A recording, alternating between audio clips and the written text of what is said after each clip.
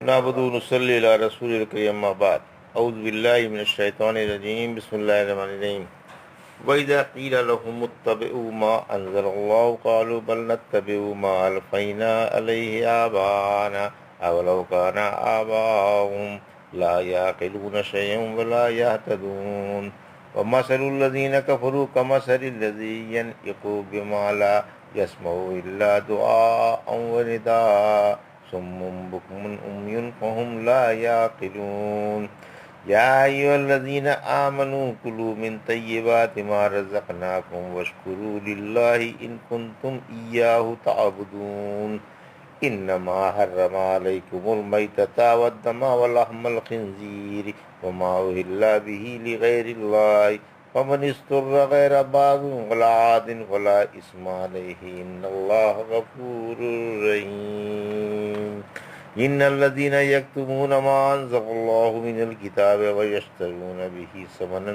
قليلا أولئك ما يأكلون في بطونهم إلا النار ولا يكلمهم الله يوم القيامة ولا يزكيهم ولهم عذاب أليم أولئك الذين اشتروا الضلالة بالهدى والعذاب بالمغفرة وما أصبرهم على النار ذلك بأن الله نزل الكتاب بالحق وإن الذين اختلفوا في الكتاب لفي شقاق بعيد۔ ابھی آپ نے سورہ بقرہ کی آیت 170 سے 176 کی تلاوت سماعت فرمائی، جن آیتوں کا ترجمہ اور تفسیر اس طرح ہے۔ وَإِذَا قِيلَ لَهُمُ اتَّبِعُوا مَا أَنزَلَ اللَّهُ قَالُوا بَلْ نَتَّبِعُ مَا أَلْفَيْنَا عَلَيْهِ آبَاءَنَا أَوَلَوْ كَانَ آبَاؤُهُمْ لَا يَعْقِلُونَ شَيْئًا وَلَا يَهْتَدُونَ، آیت 170۔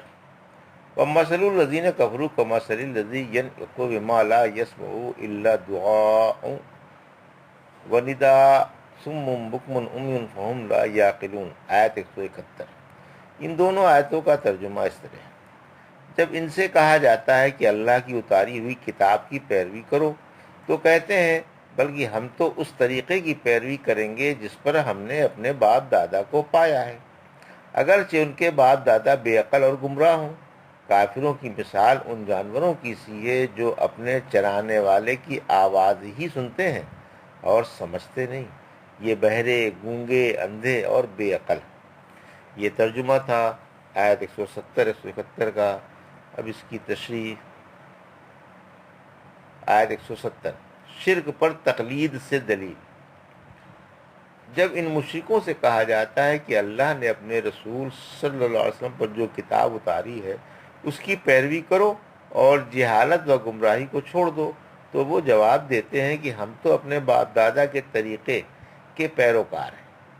اللہ نے ان کی برائی بیان کرتے ہوئے فرمایا کہ یہ جن کے پیروکار ہیں اگر وہ بے عقل اور ہدایت سے نابلد ہوں تو کیا پھر بھی یہ انہی کی راہ اختیار کریں گے؟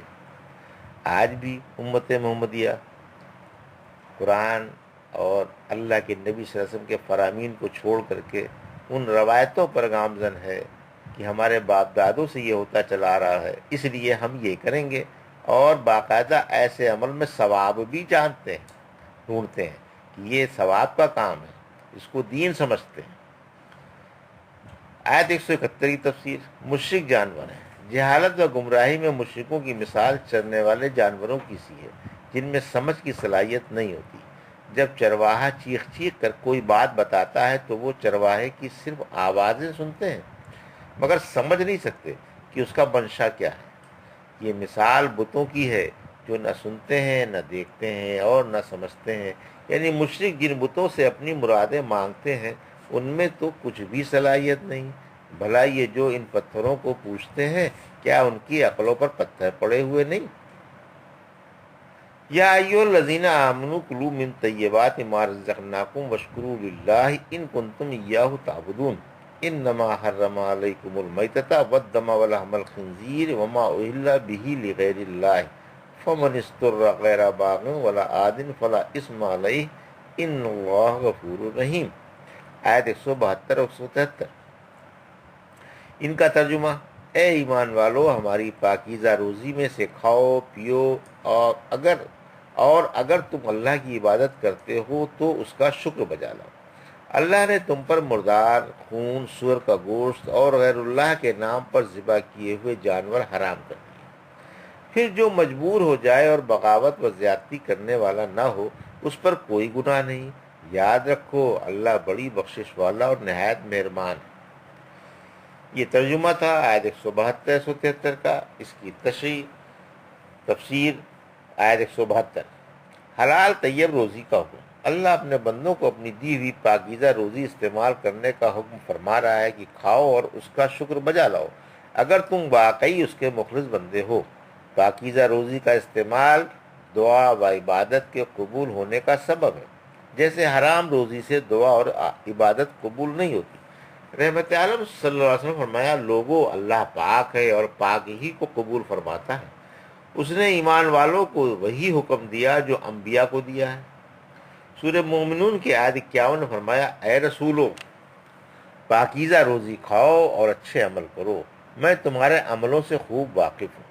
پھر یہ آیت پڑھ کر فرمایا کہ ایک شخص طویل سفر کی حالت میں بکھرے ہوئے بالوں اور غبار آلود چہرے کے ساتھ آسمان کی طرف ہاتھ اٹھا کر کہتا ہے، اے رب یہ کر، اے رب وہ کر، حالانکہ اس کا طعام و شراب اور لباس سب کچھ حرام کا ہے اور حرام ہی سے اس کی پرورش ہو رہی ہے۔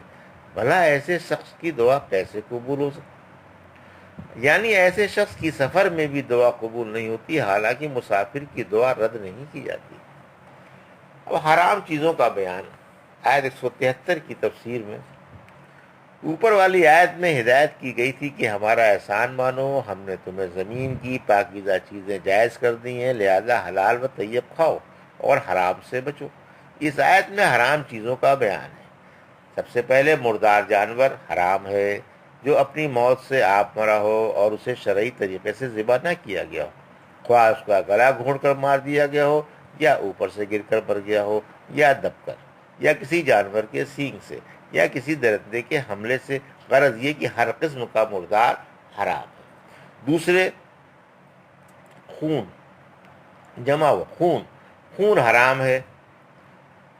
تیسرے سور کا گوشت جو حرام ہے، اور چوتھے ہر وہ اشیاء جو اللہ کے علاوہ کسی اور کے نام یا کسی اور کے تقرب کے لیے پیش کی گئی ہو یا اس کی نظر کی گئی ہو، یہ سب چیزیں حرام ہیں۔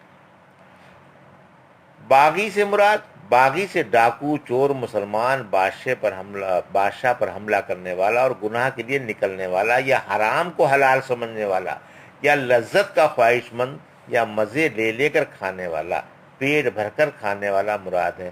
ایسے لوگوں کو حالت اضطرار میں بھی حرام چیزوں کو کھانے کی اجازت ہے۔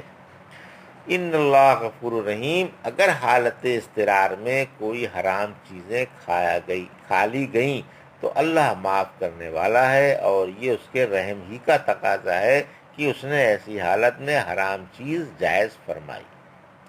ان الذین یکتمون ما انزل اللہ من الکتاب ویشترون به ثمنا قلیلا اولئک ما یاکلون فی بطونہم الا النار ولا یکلمہم اللہ یوم القیامۃ ولا یزکیہم ولہم عذاب علیم۔ آیت 174۔ اولئک الذین اشتروا الضلالۃ بالہدی والعذاب بالمغفرۃ وما اصبرہم علی النار۔ آیت 175۔ ذالک بان اللہ نزل الکتاب بالحق وان الذین اختلفوا فی الکتاب لفی شقاق بعید۔ آیت 176۔ ان تینوں آیتوں کا ترجمہ اس طرح ہے، جو لوگ اللہ کی کتاب میں اتاری ہوئی باتوں کو چھپاتے ہیں اور اس سے تھوڑی سی پونجی خریدتے ہیں، وہ اپنے پیٹوں میں آگ ہی ٹھونس رہے ہیں۔ قیامت کے دن اللہ ان سے بات نہیں کرے گا اور نہ انہیں پاک کرے گا، اور انہی کے لیے بڑا دکھ بھرا عذاب ہے۔ انہی لوگوں نے ہدایت کے بدلے گمراہی اور بخشش کے بدلے عذاب خریدا ہے۔